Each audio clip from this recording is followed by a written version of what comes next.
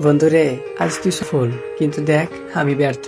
আমি না তোকে ছাড়া কখনো থাকতে পারতাম না, না ছোটবেলায় থাকতে পারতাম, না বড় হয়ে তোর থেকে দূরে সরে গেছি। দুজনে কত কষ্ট করেছি, পরিশ্রম করেছি, সবকিছু তুই ভুলে গিয়ে আমাকে হারিয়েছিস।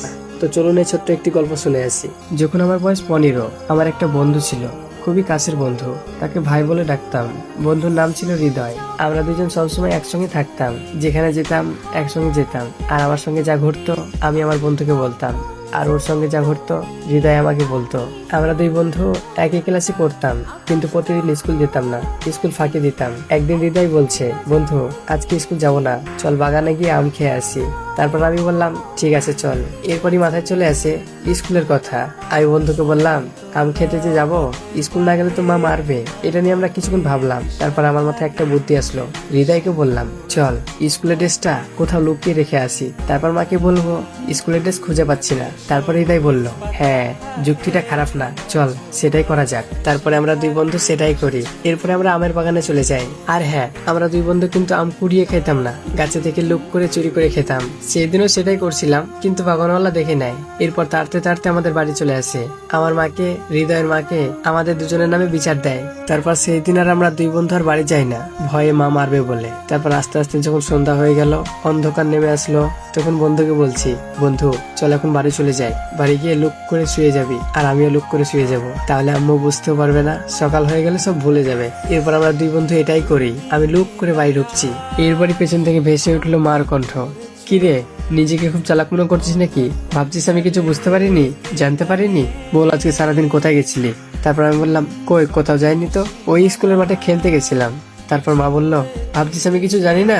বল কেন আম চুরি করে খেতে গেছিলি, আর কেন এবার চুরি করতে গেছিস? এরপর আমার মা আমাকে অনেক মারধর করে, আর এদিকে হৃদয়কেও আমার মতনই ঠিক মারধর করে। এরপর আমরা দুইজন ডিসাইড করি আমরা আর বাড়িতে থাকবো না। বুঝতে পারছেন, ছোটবেলায় যদি বাড়ি থেকে মারতো, রাগ করে খাওয়া বন্ধ করে দিতাম, এখানে ওখানে চলে যেতাম। তারপর আম্মু আব্বু অনেক খোঁজাখুঁজি করতো। তো আমরা সেদিন কিন্তু রাগ করে খাওয়া দাওয়া বন্ধ করি নাই। সেই রাগে সেই জেদে আমরা কলকাতা চলে যাই। সেই সময় কিন্তু ফোন ছিল না, তাই আমাদের সঙ্গে কেউ যোগাযোগ করতে পারেনি। এরপরে আমরা না খেয়ে না ঘুমিয়ে কাজের সন্ধানে ছুটে বেড়াই। শেষমেশ কলকাতা একটা হোটেলে কাজ পেয়ে যায়। সেখানে আমরা অনেকদিন কাজ করি। অনেক কষ্ট হতো, কারণ সারাদিন হয়তো দিনটা আমাদের ভালোই যেত, কিন্তু রাত হলে কষ্ট হতো, কারণ আমাদের থাকার জায়গা ছিল না। সকাল হলে হোটেলে ঢুকতে পেতাম, আবার রাত হলে দোকানদার দোকান লাগিয়ে দিয়ে চলে যেত, আর আমরা হোটেলের বাইরে শুয়ে থাকতাম। সারা রাত মশার কামড় খেয়ে, বৃষ্টিতে ভিজে, চোখের ঘুম কামাই করে টাকা ইনকাম করতাম। আর হ্যাঁ, আর একটা কথা, আমাদের বাড়ির মানুষ জানতো আমরা হারিয়ে গেছি, আর কখনো ফিরে আসবো না। তো এইভাবে কেটে যাচ্ছিল আমাদের দিনকাল। এইভাবে আমাদের 2 বছর কেটে যায়, আর আমাদের দুজনের কাছে অনেক টাকা জমে যায়। একদিন আমাদের হোটেলে একটা লোক খাবার খেতে আসে। ওকে চিনতাম, মাঝে মাঝে আসতো খাবার খেতে, মোটামুটি চিনতাম। সেই দিনও সে খাবার টাবার খেয়ে আমাকে ডাকে। তারপর আমি ওর কাছে যাই। এরপরে সে পকেট থেকে 20 টাকা বার করে দিয়ে বলল, এই নে, এটা তুই রাখ, তুই কিছু কিনে খেয়ে নিবি। আর সে বলল যে, এখানে সারা জীবন থেকে কিছু করতে পারবি? শোন, তোকে একটা যুক্তি দিই, তোদের দুজনকে আমি মুম্বাই নিয়ে যাব। ওখানে একটা হোটেল আছে আমার, ওখানে তুই কাজ করবি। আর মুম্বাই শহর অনেক ধনী একটা শহর, ওখানে তোরা অনেক টাকা বেতন পাবি, অনেক টাকা ইনকাম করতে পারবি। এইসব ছোটখাটো হোটেলে জীবনে কিছু করতে পারবি না, এইসব কথা বলে। তারপর আমি এইসব কথাগুলো হৃদয়কে বললাম। হৃদয় বলল, ঠিক আছে চল, তাহলে আমরা দুজন মুম্বাই চলে যাই। তারপরে সেই লোকটা আমাদের হোটেলে পরের দিনও খেতে আসে, আর আমরা বলি যে ঠিক আছে আমরা মুম্বাই যাব, চলো আমাদেরকে নিয়ে চলো। তখন আমার বয়স 17। ভালো খারাপ বোঝার মতো ক্ষমতা তখন আমার ছিল না, শুধু একটাই টার্গেট ছিল, টাকা। এরপর সেই লোকটা তার পরের দিন আমাদেরকে সেই হোটেল থেকে বের করে নিয়ে চলে যায়, আর বলে, তোমাদের কাছে যে টাকাগুলো আছে ওগুলো আমাকে দিয়ে দাও, তোমাদের কাছে হারিয়ে যাবে, ট্রেনে অনেক চোর থাকে, চুরি হয়ে যেতে পারে। তারপর বললাম ঠিক আছে, সব টাকা রাখেন আপনি, ওখানে গিয়ে সব টাকা আমার ফেরত দিন। এরপর আমাদেরকে ট্রেনে উঠিয়ে দেয়, আর সে বলে যে আমি জলের বোতল নিয়ে আসছি, তোমরা ভিতরে গিয়ে বসো। তারপর আমরা দুইজন অপেক্ষা করতে থাকি সেই লোকটার জন্য। সে আসে না, ট্রেন ছেড়ে দিল। তারপরে আমাদের আর বুঝতে বাকি রইল না, সে একটা চিটার ছিল, চোর ছিল, বাটফার ছিল। আমি হৃদয়কে বললাম, কি করবি বল, এত কষ্ট করে কাজ করে ইনকাম করেছিলাম, আজ সেই টাকাগুলো সব নিয়ে পালিয়ে গেল আমাদের ভুলের জন্যই। চল মুম্বাই চল, ওখানে ঠিকই একটা কাজের ব্যবস্থা হয়ে যাবে। তারপরে আমরা দুই বন্ধু মুম্বাই চলে আসি। ওখানেও দিনের পর দিন, রাতের পর রাত পরিশ্রম করতে থাকি, কাজের সন্ধানে ছুটতে থাকি। একদিন আমি আর হৃদয় রাস্তা দিয়ে হেঁটে যাচ্ছি কাজের সন্ধানে। এরপরে দেখতে পাই একটা 4 চাকা গাড়ি রাস্তার ধারে গাছের সঙ্গে অ্যাক্সিডেন্ট করে ফেলে। আমি আর হৃদয় দূরে গাড়ির সামনে যাই। তারপর দেখি গাড়ির ভিতরে একটা লোক অজ্ঞান হয়ে আছে, অবস্থা খুবই খারাপ হয়ে গেছিল।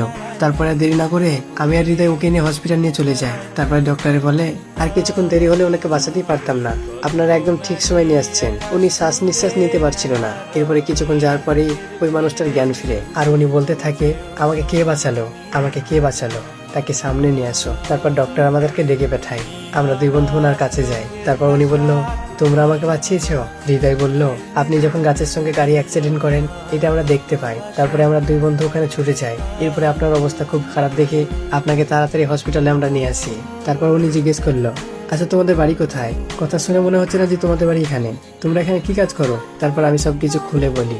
আমরা কলকাতায় থাকতাম, কলকাতা থেকে একজন আমাদেরকে মুম্বাইয়ে কাজের লোভ দেখিয়ে আমাদের কাছ থেকে সবকিছু নিয়ে চলে গেছে।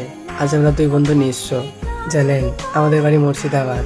আমরা কলকাতাতে 2 বছর কাজ করেছি দুই বন্ধু, অনেক টাকা জমিয়েছিলাম, কিন্তু আমাদের এত কষ্টের টাকা ছিনতাইকারী ছিনতাই করে নিয়ে চলে গেছে। তারপরে উনি বলে উঠলো তোমরা কাকে বাঁচিয়েছো জানো? তোমরা কি আর এই নিয়ে টেনশন করতে হবে না। আসলে আমি তোমাদের মতনই দুটো ছেলে খুঁজছিলাম। আমার দুটো বিজনেস আছে, আমি একটা বিজনেস তোমাদেরকে দায়িত্ব দিতে চাই, আমার বিশ্বাস তোমরা পারবে। এরপর হৃদয় বলে উঠলো আমরা তো বেশি পড়াশোনা করি নাই, অত শিক্ষিত না, আমরা কি পারবো এত বড় একটা দায়িত্ব পালন করতে? তারপর উনি বলল আরে পাগল ছেলে, আমি আছি কি করতে, আমি তোমাদেরকে আস্তে আস্তে সবকিছু বুঝিয়ে দেবো। তারপর থেকে আমাদের জীবনটা পুরোটাই বদলে যায়। আর এই মানুষটা আমাদেরকে নিজের ছেলের মতো ভালোবাসতো, কারণ তার কোনো ছেলে ছিল না, একমাত্রই তার আদরের একটা মেয়ে ছিল। ওনার মেয়ের যখন 5 বছর বয়স ছিল তখনই তার স্ত্রীকে হারিয়ে ফেলেছে। এরপর তার মেয়ের কথা ভেবে সে আর কখনো সংসার করেনি। অনেক ভালো একটা মানুষ ছিল। প্রায় 2 বছর কেটে যাওয়ার পর সেই মানুষটা একদিন হঠাৎ করে অসুস্থ হয়ে পড়লো। অনেক চিকিৎসা করিয়েছিলাম, ডক্টরের কথা একটাই ছিল উপরওয়ালার কাছে দোয়া করেন, তাছাড়া আর কোনো উপায় নাই। তারপরে একদিন আমাদের দুই বন্ধুকে বলে তোমাদের দুজনকে আমি ছেলের মতো ভালোবাসি আর নিজের ছেলেই ভাবি। আমার তো যাওয়ার সময় হয়ে গেছে, তাই আমার শেষ ইচ্ছা আমার দুটো বিজনেস আমি তোমাদের দুজনের নামে লিখে দিয়ে যেতে চাই, আর বাড়িটা আমার মেয়ের নামে রাখতে চাই। তার মেয়ের নাম ছিল তানিয়া। তারপরে সে তার মতোই সবকিছু করে ফেলে। এরপর সঙ্গে সঙ্গে সে ইন্তিকাল করে। আর তারপর থেকে আমার বন্ধু ব্যবহারটা আস্তে আস্তে চেঞ্জ হতে থাকে, হৃদয় বদলাতে থাকে। তারপরে একদিন আমি জানতে পারি হৃদয় তানিয়াকে ভালোবাসে আর তানিয়া হৃদয়কে ভালোবাসে। এটা শুনে আমি অনেক খুশি হলাম, আবার কষ্টও পেলাম যে হৃদয় ভালোবাসে, একবার তো বলতে পারতো।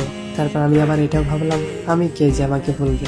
যাই হোক, আমি একদিন তাড়াতাড়ি বাড়ি চলে আসি আর তানিয়া আর হৃদয় ডাইনিং এ বসে গল্প করছে, তাও আবার আমাকে নিয়ে। তারপর আমি ভাবলাম না ওদের কথাগুলো আড়াল থেকে শুনি। তারপর যা শুনতে পাই এটা আমি বিশ্বাস করতে পারছিলাম না। আমার বন্ধু বলে আমার নামে কোনো বিজনেস নাই, সে চালাকি করে তার নামে করে নিয়েছে, আর আমাকে তারা শুধু ব্যবহার করছে, একসময় তারা ঠিকই আমাকে ছুঁড়ে ফেলবে। এইসব কথা শুনে আমি ভীষণ কষ্ট পাই যে ছোট থেকে একসঙ্গে বড় হয়েছি, এত শত কষ্ট আমরা একসঙ্গে বয়েছি, আজ সে মানুষটা এইভাবে বেমানি করতে পারলো। তারপর আমি ওদের সামনে গিয়ে বললাম বন্ধুরে তুই কোনো ভয় পাস না, তুই না চাইলেও তোকে আমি হাসি মুখে সবকিছু ছেড়ে দেবো। এতদিনে যে তোর মুখে আমি হাসি ফুটাইতে পারছি এটাই অনেক, তুই সুখে থাক, ভালো থাক। তো এই ছিল আজকের আমাদের গল্প। গল্পটা যদি একটু হলো ভালো লেগে থাকে তো অবশ্যই রাজভাই পেজটিকে ফলো করে আমাদের পাশেই থাকুন। আর এরকম নতুন নতুন গল্প দিতে চাইলে অবশ্যই ফলো করে আমাকে নক দিবেন। পুরো ভিডিওটা দেখার জন্য অসংখ্য ধন্যবাদ।